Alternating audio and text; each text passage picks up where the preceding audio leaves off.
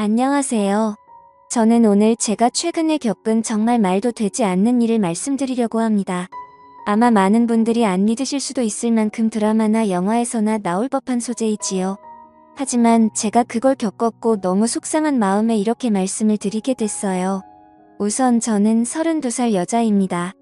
결혼을 한 지는 1년이 조금 넘었고요. 남편은 저보다 2살 연하입니다. 제 친구의 지인 소개로 해서 우연히 만나게 되었고 2년 정도 연애를 하다가 결혼을 하게 되었어요. 남편은 저보다도 2살이나 연하다 보니까 아직 사회초년생 무렵이었고 그나마 조금 더 안정적이고 자리를 잡은 제가 남편과 연애를 할 때 항상 돈을 더 부담했던 것 같아요. 뭐 그래도 아깝거나 그러지는 않았어요. 그만큼 남편을 사랑했으니까요. 남편은 저보다 미이가 어렸지만 일찍 어려서 아버님이 돌아가셨어서 철이 빨리 들었다고 할 만큼 무척이나 성숙하고 마음까지 넓은 남자였죠. 그렇기에 저보다 돈을 좀 못 벌고 했어도 그동안 만났던 남자들보다 훨씬 사랑한 마음이 컸고 그래서 결국 결혼을 하게 됐답니다.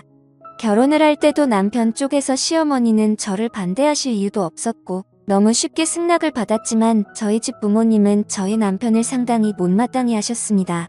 부모님이 한 분이 안 계신다는 것도 좋게 보지 않으셨고 형편이 좋지 못하다는 거나 나이가 어리다는 것 그리고 남편이 직장은 다니지만 그렇게 자랑할 만한 직장은 아니고 어떻게 보면 변변찮은 직장이었기에 저희 부모님은 정말 많은 반대를 하셨지요. 하지만 자식은 부모 없다고 하죠. 저희 부모님도 결국에는 제 뜻을 따라주셨고 결국 결혼을 하게 됐답니다. 결혼 비용은 당연히 제가 더 많이 부담했고요. 저희 집 형편도 그렇게 넉넉한 건 아니지만 남편 쪽보다는 확실히 조금 더 여유가 있는 상황이었고 저 또한 그동안 일을 하면서 허순 곳에 돈을 쓰지 않고 차곡차곡 돈을 모았기에 제 또래 사람들보다는 모아둔 돈이 있었거든요. 그래서 대출을 좀 꺼서 저희 쪽에서 거의 다 내고 집은 제 명의로 해서 결혼을 했답니다. 이건 남편과 저와의 기본적인 설명이고요. 이제 제 여동생 이야기를 꺼내야 될 것 같네요. 저는 형제 중 여동생 하나 있어요. 여동생은 저랑 5살 차이가 나죠? 저랑은 완전히 정반대의 스타일이랍니다. 여자들끼리 흔히 여우라는 표현을 많이 쓰잖아요. 딱 저희 동생이 그런 스타일이에요. 질투심도 엄청 많고 어렸을 때부터 부모님 사랑을 독차지하고 싶어서 저에게 피해를 주면서까지 몹쓸 행동도 참 많이 하는 아이죠. 그에 비해 저는 여우보다는 곰 같은 스타일이라 동생이 그런 행동을 해도 알면서도 그냥 당해졌던 것들이 정말 많고 그냥 그런 모습도 귀여워 보였답니다. 그리고 나이가 먹으면 바뀔 거라 생각했죠. 하지만 여동생은 나이가 먹을수록 더 철이 없어졌고 자기 멋대로였어요. 어렸을 때부터 남자친구를 사귀기 시작해서 톡하면 거짓말치고 집에 들어오지 않는 게 일상이었고 그래서 부모님 속도 많이 썩이고 대학교 가서는 남자를 잘못 만나서 애를 가진 저까지 있습니다. 그때 저희 집은 정말 난리가 났었죠. 고작 20살 애가 그것도 자기랑 동갑내기인 남자랑 사고로 애를 만들어 왔으니까요. 부모님은 기가 찼고 그럼에도 저희 여동생은 조금의 미안한 기색도 없이 오히려 당당하게 그냥 지금 결혼하면 되지 않냐며 자기 인생이라며 오히려 부모님께 대들었었죠. 전 그때도 동생을 데리고 나가서 조용히 이야기를 하면서 이 아이의 말도 되지 않는 이야기를 최대한 들어주면서 달래주고 결국에 아이를 포기하게 했지요. 그리고 이 아이의 남자친구도 제가 만나서 다시는 저의 동생을 만나지 않겠다는 확언까지 들었습니다. 저 또한 정말 너무나 화가 나고 동생한테 실망했지만 저의 부모님까지 동생한테 등을 돌린 마당에 저라도 동생의 이야기를 들어주고 최대한 이 아이의 편이 되어줘야 한다고 생각했어요. 그렇지 않으면 정말 막무가내로 살아야 하는 아이였으니까요. 여튼 그런 큰 사건도 겪었지만 그때 잠시 조금 철이 들었다는 착각만 들었을 뿐 동생은 계속해서 철없이 막무가내로 생활했어요. 성적도 좋지 않아서 지방에 있는 전문대를 들어갔었는데 거기서도 간신히 졸업을 하고 나와서 거의 1년 가까이는 부모님에게 용돈을 받으며 매일 술을 마시고 남자를 만나며 살다가 돈이 부족하면 저에게도 항상 용돈을 달라고 조르고 결국 제가 동생 손을 부여잡고 동생에게 진지하게 말을 한 후에야 직장에 들어갔습니다. 사무직 일을 하는 직장이 아니고 그냥 매장관리 쪽에서 직원으로 들어갔죠. 별거 아닌 거였지만 전 그래도 동생이 이제야 자기 힘으로 뭘 한다는 것을 기뻤어요. 여튼 그렇게 이 아이도 조금은 달라지고 있구나 라는 생각이 들 무렵 저는 연애를 하기 시작했고 당시 남편에게도 제 여동생을 소개시켜줬었죠. 결혼까지 생각한 사이였으니까 당연히 제 여동생을 보여준 것이었고 여동생은 저희 남편을 되게 좋아했어요. 앞에서도 말했듯이 저희 남편이 저보다도 성숙한 사람이었고 그렇기에 여동생이 저희 남편에게 정말 버릇없이 굴고 예의 없이 행동해도 남편은 다 귀엽다라고 하며 여동생의 응석을 다 받아줬어요. 그러다 보니까 어느 순간부터는 여동생이 먼저 저희 남편을 불러서 같이 놀자고 조르기 시작했고요.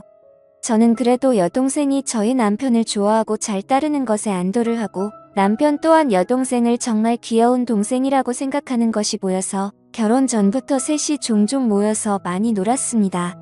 그리고 여동생이 남편에게 따로 연락을 하고 만나자고 전화를 해도 저는 그냥 아무렇지도 않았어요. 왜냐하면 여동생이 워낙에 철부지다 보니까 친구도 몇 명 없거든요. 그렇기에 이 아이에게도 의지할 사람이 필요하고 그게 제 남편이면 더할 나위 없이 좋겠다고 생각을 한 자였습니다. 남편 또한 저에게 여동생과 연락하거나 둘이 만나는 일이 있어도 항상 저에게 말을 했었죠. 그렇게 관계를 유지하다가 결혼을 하게 돼서 신혼여행을 갈 때도 여동생은 본인도 따라가겠다고 엄청 떼를 썼습니다. 그때 정말 애먹었어요. 하지만 남편이 하루 내내 동생을 달래서 겨우 뜨지 말리고 다녀왔지요. 그렇게 신혼여행도 다녀오고 행복한 결혼 생활을 하고 있던 무렵 어느 날 갑자기 여동생이 저희 신혼집에 찾아왔어요. 그것도 아주 밤늦게 말이죠. 저와 남편은 깜짝 놀라서 무슨 일이냐고 물었지만 대답을 하지 않더라고요. 그래서 바로 저희 부모님께 전화를 걸었더니 여동생이 너무 잦은 위박을 해서 뭐라 한마디 했더니 집을 나가 버렸다고 하더라고요.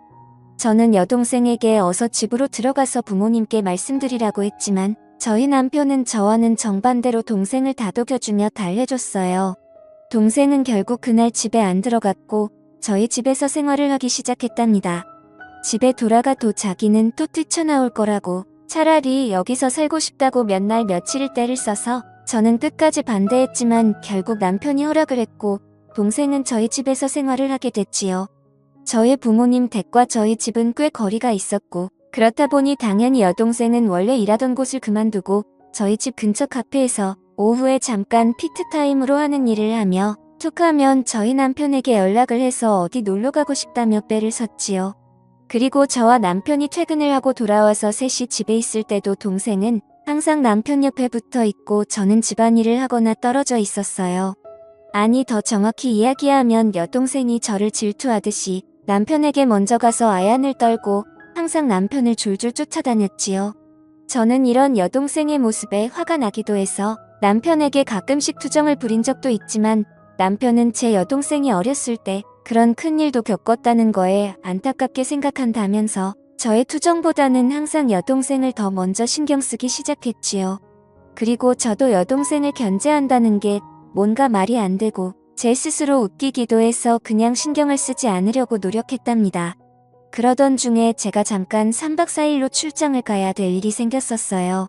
그런데 뭔가 단둘이 집에 남겨두기에는 조금 그랬기에 여동생에게 그냥 이제 집에 돌아가라고 이야기를 했지만 당연히 제 말을 듣지는 않았고 남편도 그 주에 일이 바빠서 집에 늦게 들어올 것 같으니까 저보고 그냥 안심하고 다녀오라는 말을 했지요. 저는 그래서 한편에 불안감을 남겨둔 채 출장을 가게 됐습니다. 출장을 가면서도 계속 남편과 연락을 하면서 갔고 거기서 일을 보는 도중에도 틈틈이 연락을 했어요. 그러다가 거기 일정이 예정보다 하루 일찍 마치게 되었고 그냥 거기서 하루 쉬고 올 순 있었지만 저는 바로 그날 출발해서 집에는 새벽에 도착을 하게 되어서요. 그렇게 집 비밀번호를 열고 들어가는데 우선 눈에 보이는 거실에는 안 죽어라고 보이는 여러 음식과 함께 술이 있었고 저는 바로 동생 방을 가보았지만 동생이 없기에 불안한 마음으로 문이 닫혀있는 저와 남편의 침실이 있는 방의 문을 열었더니 남편과 동생이 연인처럼 누워있더라고요. 저는 그 순간 정신이 멍했습니다. 아니 그 상태로 몇 초 정도를 아무 말도 못하고 있었던 것 같아요. 그리고 나서 정신이 번쩍 들었고 소리를 질렀죠. 그때 남편과 여동생은 깜짝 놀란 채로 일어나더라고요. 둘이 변명하기도 전에 당황해하는데 그냥 딱 불륜 현장에 들켜서 행동하는 남자와 여자 같더라고요. 저는 그 꼴을 도저히 볼 수가 없어서 집에서 나갔고 그날 제 차 안에서 밤을 새고 그 다음날 집으로 들어갔습니다. 남편과 여동생은 일을 나간 상태였고 집에는 아무도 없었죠. 먹은 것도 깨끗이 치워놨더라고요. 여동생과 남편에게는 계속해서 연락이 왔지만 그 연락은 무시하고 남편에게는 집 비밀번호 바꿔놨으니까 들어올 생각 말고 이혼할 생각하고 있으라는 내용으로 카톡을 보내놓았고 동생에게도 이 사실을 부모님께 다 말씀드릴 거니까 그 더러운 놈과 행복하게 살든 지지고 볶고 살든 네 마음대로 하라고 카톡을 보내놨습니다. 당연히 집 비밀번호는 바꿔놨고요. 그날 결국 남편과 여동생은 제 집에 들어올 수가 없었습니다. 제 여동생은 본가로 돌아갔지만 제가 이미 이런 사실을 저의 부모님께 말씀을 드려놨기에 본가에서도 쫓겨났고요. 남편은 계속해서 오해라며 연락이 오고 있는 상태지만 저는 이혼 소송을 준비 중이랍니다. 여동생과는 연을 끊을 것이고요. 저한테 이런 일이 벌어졌다는 게 아직도 안 느끼네요. 지금까지 제 사연을 들어주셔서 감사합니다.